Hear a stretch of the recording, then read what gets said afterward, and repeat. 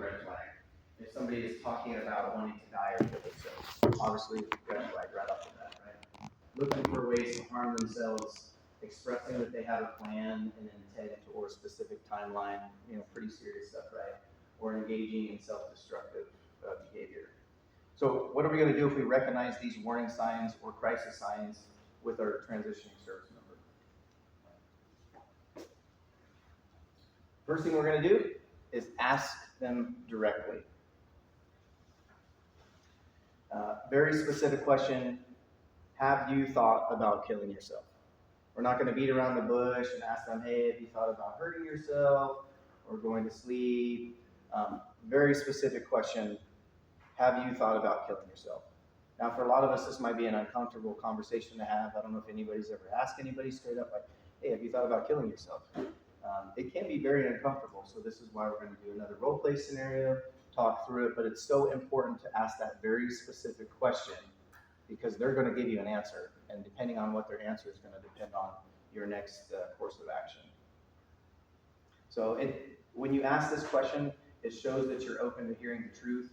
It's giving them permission to speak honestly about their feelings.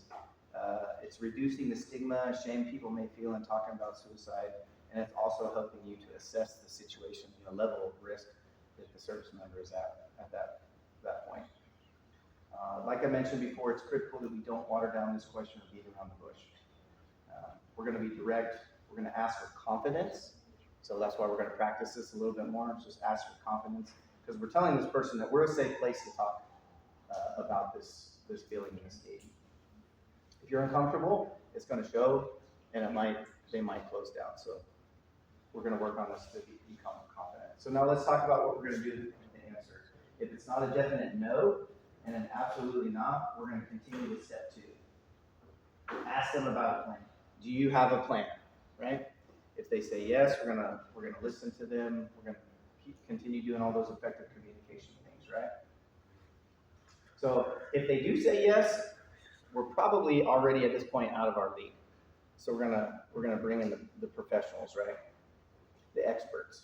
We're gonna offer them a crisis line.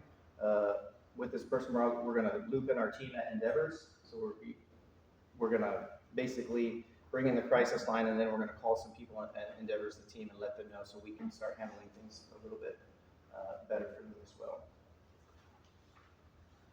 So the take action, we're going to call the crisis line. Anybody not familiar with 988? It's the most important one.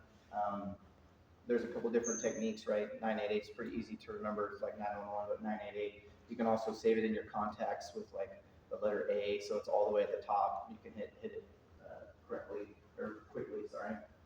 And then, like I said, notify contact at Endeavors. Does Endeavors have like a after 8 to 5? So if Endeavors is only 8 to 5? I'm pretty sure we're just regular hours, but okay. You will have our contact information. If you don't get us by phone, you can do a text message. But yeah, if it's an immediate enough that we're doing 988, and it's most important if the service member themselves do 988, because the 988 they'll be able to tell who dialed and they'll have that address. But if we need to do a 3-way call, if they're having trouble doing it, there's a couple examples up here. If you have an Android phone, that bottom left is to add a call line. And if you have an iPhone, again, that bottom left is to add a line. So if the service member I'm talking about is having a crisis right then and there, do you feel comfortable calling 988? Can I stay on the line with you? Let them do it. If not, you add 988 as a third party, and then you can talk to the 988 representative and obviously give addresses if we need to. So, let's see. Like I said, there's multiple crisis lines available, but 988 is the most important. So, above all, if you're seeing the warning signs, if something feels off, if you're worried about the conversation that's going to suicide, nervous about how to approach it, reach out to us immediately. You can also, at any time, you yourself can call 988 and they can walk you through how to have that conversation with people as well. So, any questions on the directness that you need to have, or the 988 number or anything like that we can clear up? All right. Favor favorite time, the role play number 3. This is the most challenging one, and so we're gonna again give you a quick example.